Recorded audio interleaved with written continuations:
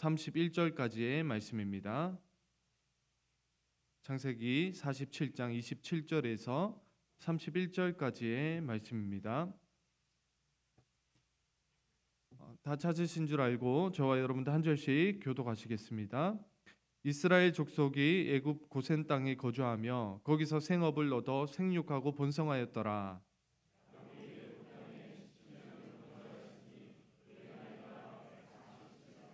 이스라엘이 죽을 날이 가까움에 그의 아들 요셉을 불러 그에게 이르되 이제 내가 내게 은혜를 입었거든 청한 논이 내 손을 내 허벅지 아래에 넣고 인애와 성실함으로 내게 행하여 애굽에 나를 장사하지 아니하도록 하라.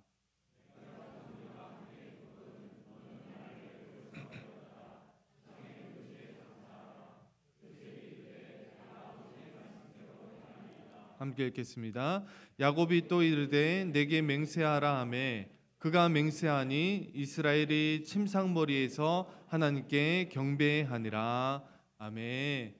이 시간 마지막 부탁이란 제목으로 담임 목사님 말씀 선포하실 때 큰 은혜 받으시기 바랍니다.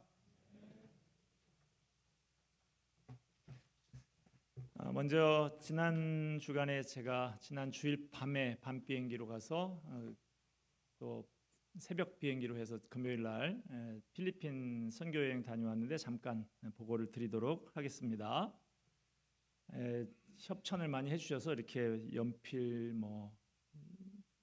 깎기고요, 필통, 아이들 이렇게 이렇게 매는 백 같은 거 그런 것도 좀 가져갔고, 왜 안 넘어가지? 귀걸이 이런 것도 있고요.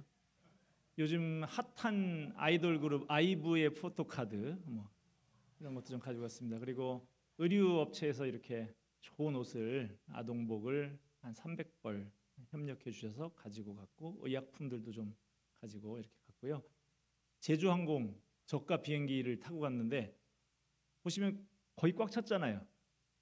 근데 그 왜 타면 비상시에는 어떻게 하고 이렇게 불고 이런 거 설명하잖아요. 그때 딱 보니까 제 앞자리 6자리가 한 명도 안 앉아 있는 거예요. 땡큐 갓. 그래서 이제 얼른 거기 가서 비즈니스석처럼 넓게 이렇게 앉아서 하나님이 이 길을 기뻐하시는구나 이런 마음 가지고 이렇게 갔습니다. 가서 나흘 동안 월화수목 나흘 동안 거기 있었는데 비가 3일 동안 계속 왔어요. 아마 태풍이 좀 지나갔던 것 같아요. 그래서 월화수 3일은 계속 비가 와서 이렇게 막 바퀴가 잠길 정도로 비가 오더라고요. 그랬고 거기서 이제 새벽에 저희가 3시쯤 호텔에 들어갔는데 8시쯤 이제 선교사님과 같이 이제 선교지로 가는 겁니다. 저희가 처음 도착한 곳은 한국으로 따지면 저 한 파주, 문산 이 정도 되는 서울에서 북쪽으로 한 2시간 걸리는 곳인데, 거기에서 다시 차를 타고 한 4시간 정도 가서 한국으로 하면 한 양평 정도 되는 서울로 하면 마닐라의 동쪽으로 한참 좀 가는 바라스라고 하는 지역. 어떤 곳이냐면 우리도 예전에 청계천에 판잣집을 살고 있던 그런 사람들을 강제로 왜 이주시켰지 않습니까? 성남, 광주 이런 곳으로. 그런 빈민들을 집단 거주하는 그런 지역인데, 그 단지에만 한 5만 명 정도 산다 그러고, 그런 단지가 10개 이상 마닐라 주변 외곽 지역에, 우리로 경기도 지역 이런 곳에 있다고 합니다. 그 지역에서 사역하는 선교사님인데, 남윤정 선교사, 이름은 여자 같지만 남자입니다. 남윤정 선교사님과 함께 이렇게 조그만 차에서 이렇게 좀 비좁게 이렇게 갔습니다. 가서 선교사님이 그 마을 입구에 도착하니까 여기 왔으면 또 이런 거 한번 타봐야 됩니다. 그래서 트라이시클, 오토바이에다가 이렇게 하는데 그 사람들은 막 4명도 타더라고요. 근데 우리는 너무 좁아가지고 고개 숙이고 막 이렇게 그렇게 갔던 겁니다. 제가 웃으면서 이러고는 있지만 굉장히 힘들었습니다. 그래서 지금 그 교회에 선교사님이 섬기는 그 빈민 단지에 있는 그 교회 앞에서 사진을 찍었고, 여기 이제 예배당 안에 모습입니다. 그러니까 주택 2개를 이렇게 가운데 벽을 터서 만드는데 그날 한 150명 정도 같이 예배를 드렸습니다.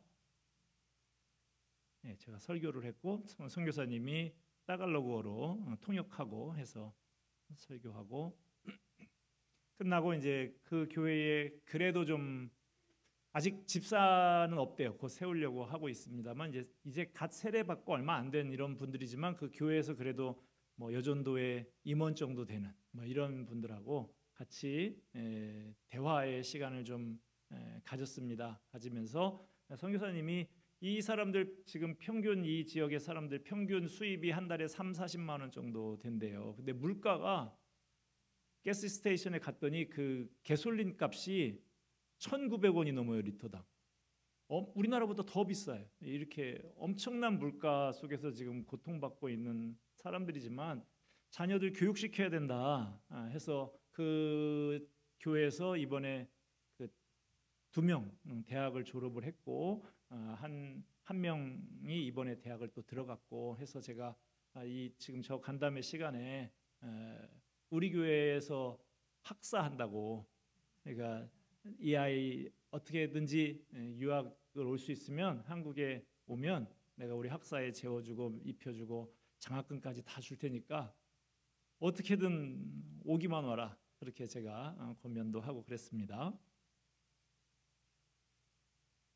이게 왜 잘 안 먹네요, 리모컨이. 예.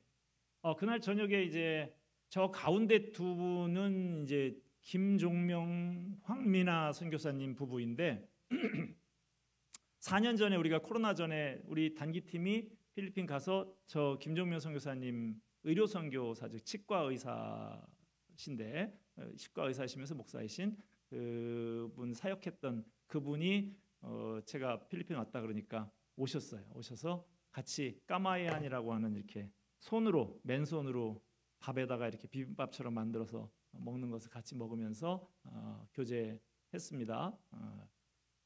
이 선교사님이 우리 방금 기도하신 이정민 집사님의 딸 누구지?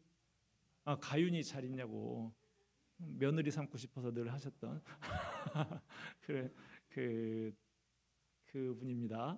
네. 이분이 이제 마닐라 남쪽으로 한 2시간 정도 걸리는 실랑이라고 하는 지역에 그 교회를 내일 설립 예배를 드리는데 그 공사 현장이고 허름한 옛 건물을 인수해서 이렇게 리모델링 해가지고 교회를 짓고 있고 지금 저 포클레인 기사가 선교사님의 60대 선교사님이신데 자기가 그렇게 막 중장비까지 해가면서 그렇게 하셨고 이렇게 교회 예쁘게 잘 하셨어요. 우리 청년들이 가서 페인트 칠해야 된다고 그랬었는데 못하고 이렇게 됐습니다. 그래서 이분은 이제 이거 먹는 거 그만 나오고 이 교회뿐만 이 부지가 3,000평이나 되는 큰 부지예요. 그래서 이분이 의료 선교사이기 때문에 또 자녀 딸 둘 아들 하나가 모두 다 의사 국가고시 다 합격했더라고요. 그래서 또 아들은 같이 동역하기로 헌신을 했다고 해서 병원도 짓고 그다음에 한 24베드 정도 되는 게스트하우스도 짓고 식당, 카페까지 해서 종합 힐링타운, 영과 육을 다 치유하는 그런 비전을 가지고 준비하고 계십니다. 잘 먹었다고 저 얘기하는 거예요. 가서 제가 뭐 좀 고생은 했지만 먹는 것만큼은 아주 잘 먹고 선교사를 잘 먹이려고 또 제가 맘 먹고 갔기 때문에 그 싸구려 호텔이어서 조식은 안 줘가지고 밖에 있는 카페에 가서 제가 먹은 겁니다. 에그 프라이도 있고 뭐 이런 거 커피 한 잔 해가지고 이렇게 먹은 거고 그날 점심에는 이거 참치회 이거 비싼 거죠. 또 다른 같이 간 목사님의 교인 집사님이 그 마닐라에 가면 내 동생이 참치 횟집 하니까 거기 가면 제가 비용은 제가 다 지불할 테니까 마음껏 선교사 잘 대접하십시오. 그래서 아주 비싼 거 잘 먹었습니다. 날 저녁에는 보이세요? 랍스터? 저도 태어나서 이렇게 큰 랍스터가 있는지 그 마닐라 수산시장에 가서 이렇게 큰 랍스터를 사가지고 거기 게도 있고 저기 뭐 새우도 있고 뭐 많죠. 갑오징어도 있고 주변에 있는 사람들이 전부 우리 상을 보면서 우와 이러면서 지나갈 정도로 선교사님이 전 태어나서 이렇게 처음 이렇게 먹어봤다고 그래서 거기 같이 간 목사님들도 우리도 마찬가지라고 이러면서 이렇게 잘 대접하고 잘 먹었습니다. 여기는 그 앙헬레스 그 파주 문산 그 근처에 있는 그 빈민 지역, 이게 교회예요. 벽도 없고 그냥 바닥에 콘크리트 하나 치고 위에 골강판으로 그냥 비만 막는 이런 형태. 이거 한 250만 원 정도 들었다고 그러는데, 이렇게 해서 이 빈민 지역 사람들이 여기 천변의 그 구정물 옆에서 그렇게 거기에다 몸 씻고 그렇게 살아가는 사람들인데, 너무너무 이 가난한 사람들이라 그 교회가 멀면 걸어서, 차비는 없고 걸어서 가기에는 너무 덥고 자기들 못 먹어서 갈 수가 없다고 한대요. 그래서 이 천변에다가 띄엄띄엄 이렇게 간이 교회 이런 것을 지어서 그래도 여기서 100명이 예배드린답니다. 그렇게 이렇게 이런 거예요. 그 선교사님이 요 가운데 서 계신, 저 티셔츠 입고 계신 이분이 선교사님인데, 우리나라 큰 유명한 기업에 아주 높은 스펙 가진 사람만 들어갈 수 있는 데서 이사까지 30대에 했었던 사람이고, 강남의 학원에서 일타 강사에서 억대 연봉을 받으면서 그렇게 수억씩 벌던 사람인데, 여기서 이렇게 빈민들에게 헌신하고 있었어요. 여기는 산지에 있는 아이따족이라고 하는 그 사람들의 마을인데요. 이 사람들에게 간 우리 목사님들이 좀 돈 좀 마련해서 고기 한번 먹이자 그래서 지금 닭 갖다가 이렇게 탕 끓이고 뭐 죽 끓이고 이러고 있는 모습입니다. 여기 지금 저 막 젓고 있는 분들이 다 목사님들이에요. 그래서 이렇게 날라서 아이들이 지금 그 교회인데 여기에 그릇 하나씩 들고, 지금 플라스틱 그릇 하나씩 들고 와서 밥 먹을 거 기다리고 있는 거예요. 얘네들은 지금 유치원 아이들 정도 되는 그런 아이들 집에 다 있다가 이렇게 온 거고, 요 잠시 뒤에 이 사진은 못 찍었는데 초등학교가 딱 끝나니까 교복 입은 아이들이 전부 밥그릇 들고 또 막 다 와가지고, 근데 양이 부족해서 다 못 먹었어요. 아이들 돌아간 아이들도 있고 그랬는데, 그렇게 했었고, 제가 지금 기도하는 식기도하고 그렇게 배식하고 하는 모습이고요. 야자수인데 높이가 한 우리나라로 하면 한 5층 높이 정도 되는, 저 위에 자세히 보면은 야자가 주렁주렁 매달려 있는데, 제가 이 사진을 이유가 저 바로 야자수 밑에 제가 서 있었어요. 근데 저 영화교회 원로 목사이신 김현도 목사님이 저한테 저기 서 있는데 그러는 거예요. 내 아는 목사님이 하와이에 갔다가 저 야자가 머리에 떨어져서 돌아가셨다고. 근데 그 사모님이 미국 정부 대상으로 소송 걸어가지고 수천만 불을 받아가지고 재혼도 하시고 아주 지금 잘 살고 계시다는 거예요.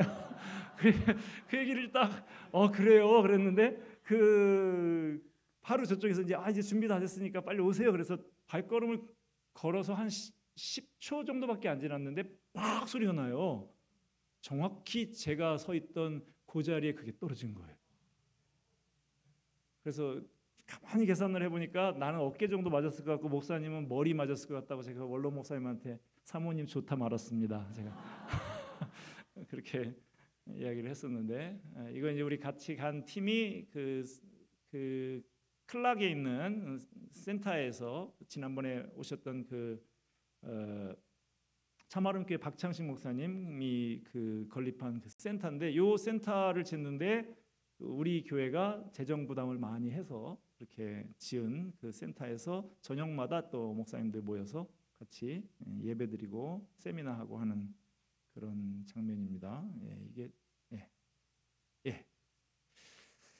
이번 여행 중에 우리 노회 최고령 목사님, 100살 가까운 목사님 이찬순 목사님이 계신데 소천하셨어요. 그래서 어제 노회 목사님들이 긴급히 장례위원회를 꾸려서 함께 문상하고 예배를 드리고 했었습니다.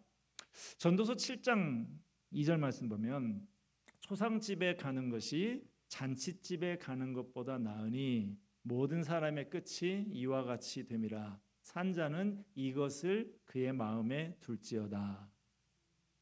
사람은 죽음을 잊고 삽니다. 온갖 세상 일로 분주하게 살다 보면 너무 바빠서 죽음을 생각할 틈도 없이 살아가죠. 그러나 죽음은 모든 사람에게 어김없이 찾아옵니다.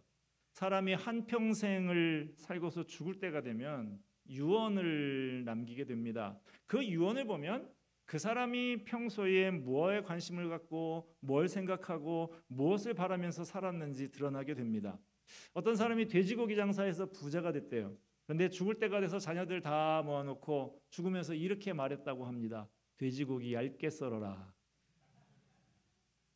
어느 며느리가 시어머니하고 같이 이렇게 빨래를 하는데, 옛날 얘긴데 자기 빨래는 별로 안 깨끗한데 시어머니 빨래는 늘 깨끗한 거예요. 그래서 비결을 알려달라도 안 알려주시다가 마지막 유언으로 어머니 이제 가시는데 얘기해 주세요 그랬더니 그 시어머니가 마지막 남긴 말 꽉 짜라 이렇게 말했다고 그럽니다. 여러분이 오늘 죽는다면 무엇을 유언으로 남길지 한번 생각해 보시기 바랍니다.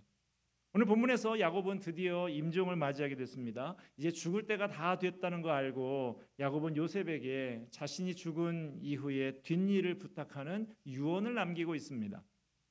제 생각에는 지금 야곱은 걱정할 게 하나도 없을 것 같아요. 죽은 줄만 알았던 요셉이 살아서 대제국 애굽의 총리가 되어 있습니다.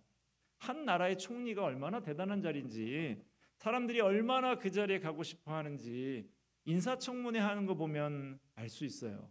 예전에 총리 후보에 올랐다가 인사청문회 과정에서 온갖 구설수에 올라서 낙마했던 많은 분들이 생각이 납니다.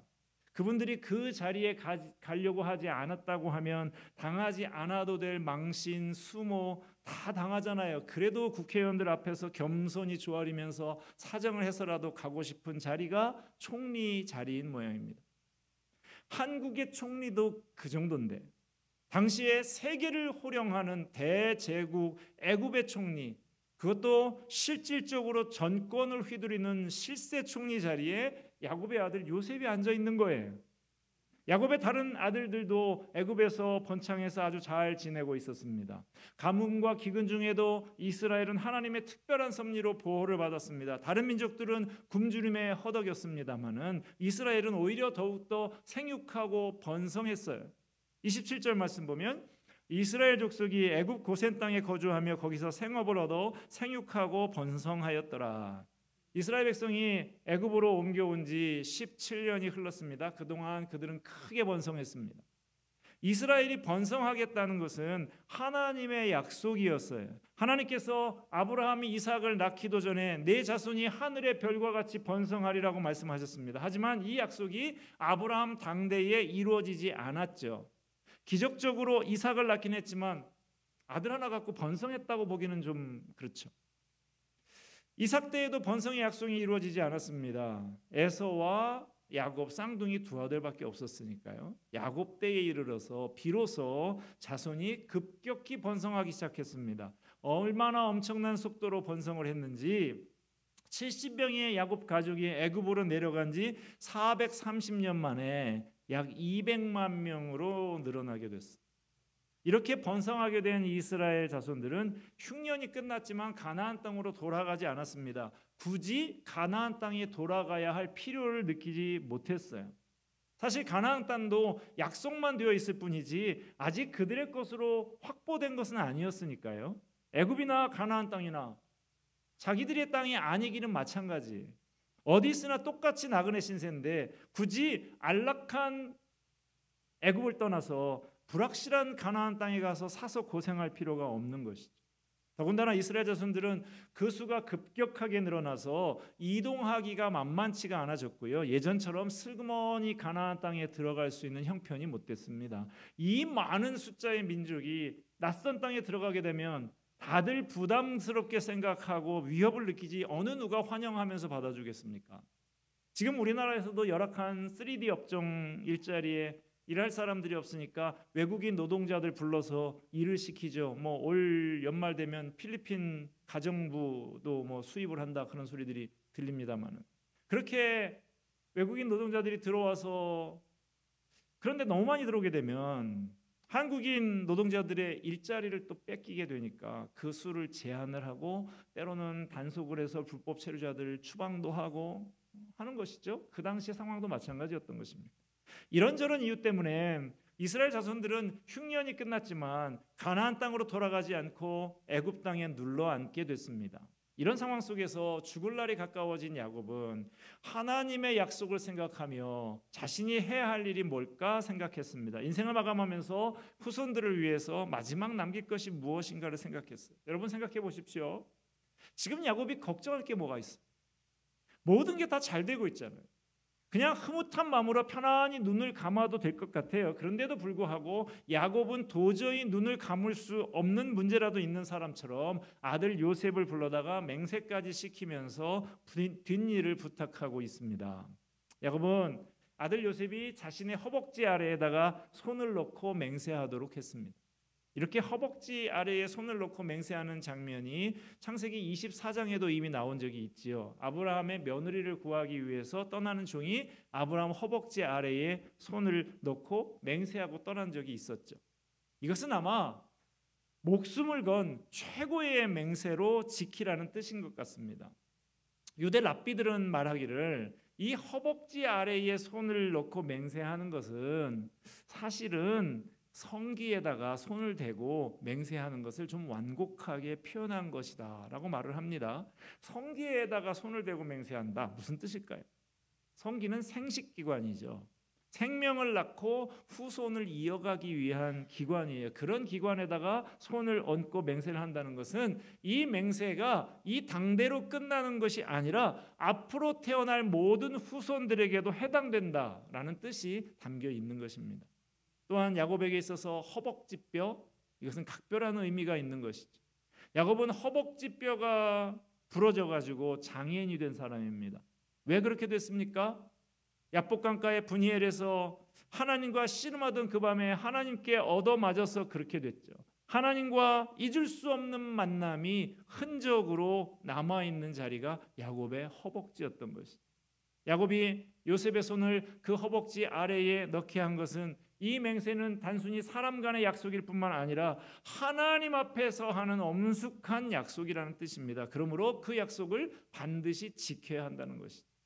요셉은 아버지 야곱이 시키는 대로 하겠다고 맹세를 합니다. 그렇게 야곱이 임종을 앞두고 맹세까지 시켜가며 아들 요셉에게 마지막으로 간절히 부탁한 게 뭐죠?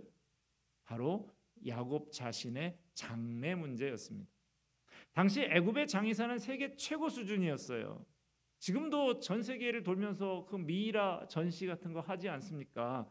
몇천 년 보존되는 미이라를 만들 수 있는 기술을 가진 장의사들이 애굽에 있었던 것입니다. 게다가 애굽 왕 바로가 야곱 집안의 호의를 갖고 있으니까 야곱이 원하기만 하면 귀족의 무덤에도 얼마든지 묻힐 수가 있었을 것입니다. 그러나 야곱은 요셉을 불러다가 자신이 죽으면 자신의 시신을 여기 애굽 땅에 묻지 말고 가나안 땅에 있는 조상들의 무덤에 자신을 묻어달라고 부탁하면서 맹세하게 했습니다.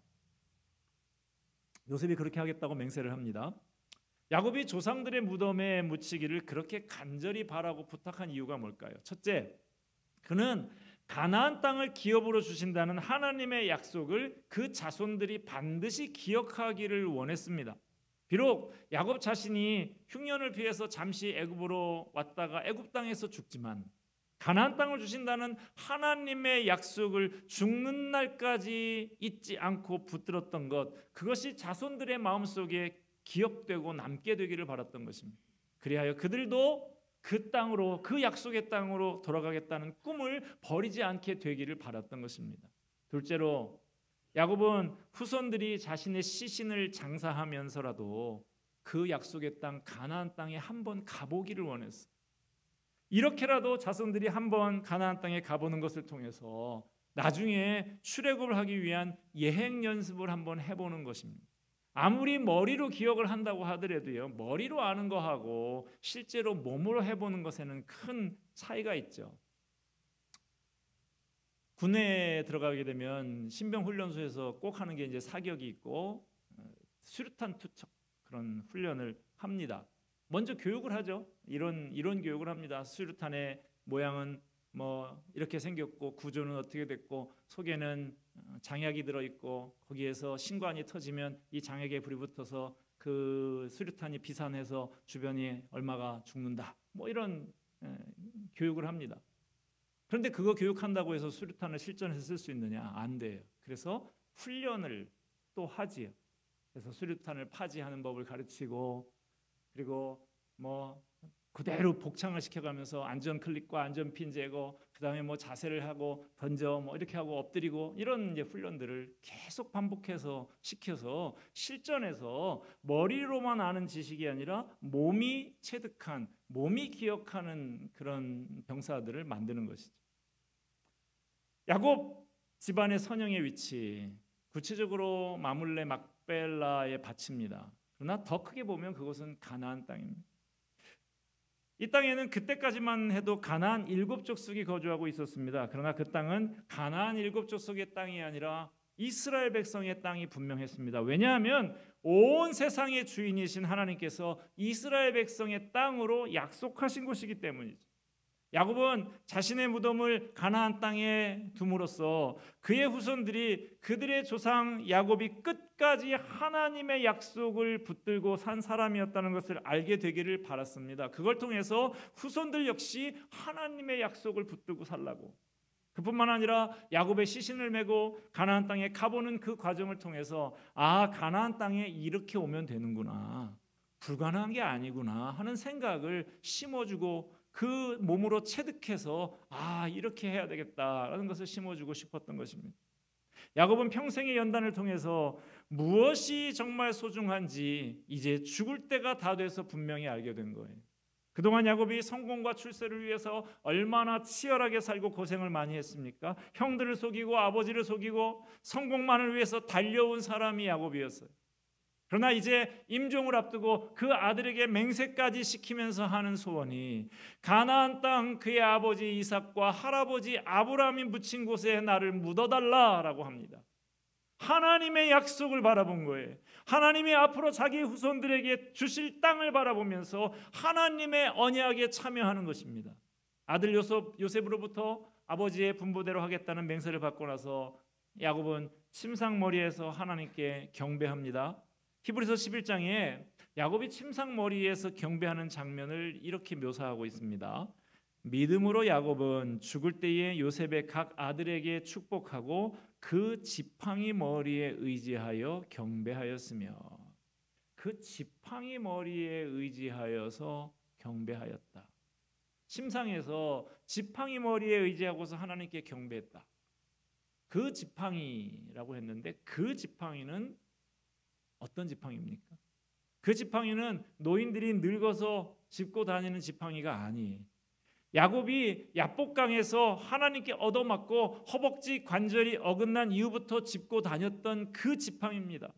야곱이 이스라엘이 된 것이 바로 그때였었던 것이죠. 그 지팡이는 야곱의 자아가 깨진 증거물과 같은 거예요. 그렇게 악착같고 지독했던 야곱이었습니다. 온갖 것 다 동원해서 자신의 문제를 해결하려고 했었지만 모든 것 다 수포로 돌아가고 인생의 마지막 코너에 몰렸던 야곱이었습니다. 그런 그가 하나님을 만나고 자아가 깨집니다. 그리고 하나님 밖에는 살 길이 없다는 것을 깨닫고 죽기 살기로 하나님께 매달립니다. 그 증거로 야곱에게 남아 있는 것이 그의 저는 다리, 그리고 그 지팡이. 이제 임종 직전의 야곱이 그 지팡이 머리를 의지하고 하나님 앞에 경배하는 것입니다. 하나님의 백성은 바로 이런 사람입니다. 하나님에 의해서 내 자아가 깨져서 자기 힘으로 서기를 포기하고 하나님을 전적으로 의지하는 존재가 하나님의 백성인 거예요. 자신이 붙들고 의지하던 것들이 부서지고 주님을 의지하는 것이 신앙입니다. 그리스도인은 죽으면서 자신의 신앙을 증명합니다. 죽는 순간을 통해서 자기가 한평생 무엇을 믿고 살았으며 무엇을 붙들고 살았는지를 보여주는 거예요. 죽음에 임박했을 때 사람들이 공통적으로 느끼는 게 뭡니까? 돌아보니까 그동안 내가 별로 한 일이 없구나 하는 겁니다. 너무나 자신만을 위해서 살아왔다는 것입니다. 그나마 그렇게라도 인생을 진지하게 돌아보고 후손에게 깨달은 바를 교훈으로 남기고 죽을 수만 있어도 다행입니다. 상당수의 사람들은 죽음을 준비할 시간도 없이 죽음을 맞이하게 됩니다. 자기 욕심만 열심히 추구하다가 어느 날 갑자기 죽어요. 어제도 뉴스에 보니까 북아프리카의 모로코에서 규모 6.8의 큰 지진이 나서 많은 사람이 죽었더라. 올여름 저도 그 오송 지하차도 지나간 적이 있었는데 오송 지하차도에 강물이 들이차서 많은 사람들이 죽지 않았습니까? 전국 곳곳에 산사태가 나서 많은 사람들이 죽었어요. 이 세상에 태어난 모든 사람들은 예외 없이 다 죽었습니다. 잘났거나 못났거나 다 죽게 돼 있어요. 말 한마디 남기지 못하고 갑자기 죽을 수도 있습니다. 그런데도 사람들은 죽음을 준비하지 않습니다. 야곱은 파란만장한 인생을 살았지만 끝이 아름다운 사람이었습니다. 마지막을 잘 준비할 줄 아는 사람이었어요. 그는 죽음을 앞두고 자기의 마지막 유언과 장례를 통해서 그의 후손들이 눈앞에 썩어질 것들만 붙들고 있지 않고 하나님의 약속의 소망을 붙들게 해야겠다고 작정을 했습니다. 제가 어린 시절 고등학교 3학년 고3 때 요맘때쯤이었던 것 같아요. 여름 끝자락쯤 되는 이때 제 친구의 어머니가 암으로 소천하셨습니다. 저희 그 친구들이 교회 집사님이셨는데 교회 그 고3 친구들이 가서 그 어머니 관을 운구를 하고 그 장례를 치렀던 기억이 나요. 장례를 마치고 그 친구가 친구들아 고맙다 그러면서 우리 엄마가 마지막으로 우리 형 있는 거 알지? 그 형이랑 나랑 두 손을 꼭 붙잡고 그렇게 유언을 하셨어 그러더라고요.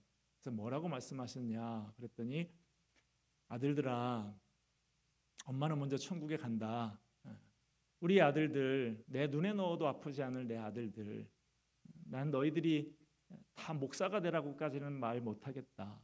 너희들 믿음 잘 지키고 교회에 든든한 두 아들이 다 장로 돼서 그렇게 교회를 잘 섬기다가 천국에서 우리 감격스럽게 만났으면 좋겠다. 그렇게 어머니가 그 여집사님이셨는데 그분이 그렇게 아들 두 손 붙들고 유언을 하고 그렇게 떠났다. 그런 이야기를 하는 걸 들었습니다. 말씀했습니다. 여러분은 죽음을 준비하고 있는 사람입니까? 주님이 갑자기 부르셔도 언제든지 후회 없이 떠날 준비가 돼 있으십니까? 모든 사람은 다 죽습니다. 중요한 것은 조금 일찍 죽느냐 늦게 죽느냐 하는 게 아니에요. 얼마나 오랫동안 아프다 죽느냐 2, 3일 아프다 죽느냐 하는 것도 아닙니다. 중요한 것은 내 죽음을 통해서 내 후손과 나를 아는 사람들이 하나님을 생각하고 하나님 나라를 소망하게 되느냐 하는 것입니다. 오늘 말씀을 통해서 우리 모두 주님이 보시기에 아름다운 삶을 살게 되고 많은 사람에게 덕을 끼치는 아름다운 죽음을 준비할 수 있게 되기를 바랍니다. 기도하겠습니다. 은혜와 사랑이 풍성하신 하나님 아버지, 우리는 죽음을 앞두고 있는 사람들인데 얼마나 그것을 잘 준비하고 있는지요. 하나님 아버지, 오늘 말씀 통해서 우리 모두 주님 보시기에 아름다운 삶을 살고 아름다운 마무리를 하게 되기를 원합니다. 많은 사람들에게 덕을 끼치고 하나님 나라를 소망하게 하는 아름다운 죽음을 준비하는 우리 모두가 되게 하여 주시옵소서. 예수 그리스도의 이름으로 기도하옵나이다. 아멘.